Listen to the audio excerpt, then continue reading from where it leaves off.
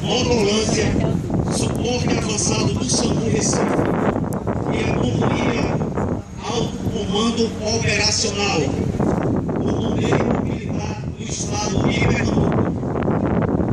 Participação ainda no transporte aeromédico da Polícia Rodoviária Federal e do Grupamento Tático Aéreo. Todos esses parceiros do SAMU Metropolitano do Recife.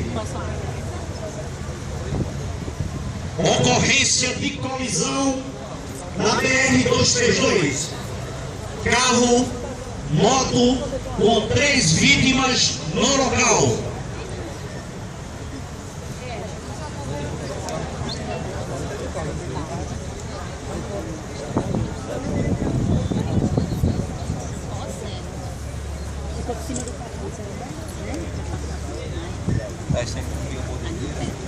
Atenção, pessoal da plateia, esse guarda-chuva não pode ficar aberto, tá certo?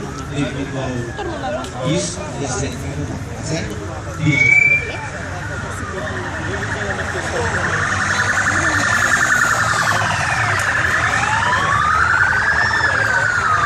Nesse exato momento, chega no local da ocorrência 3 motolâncias do SAMU.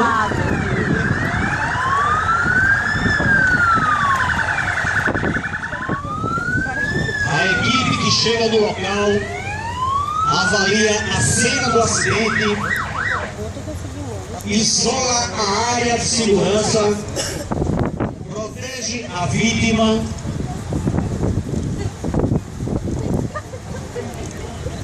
começa os procedimentos de imobilização.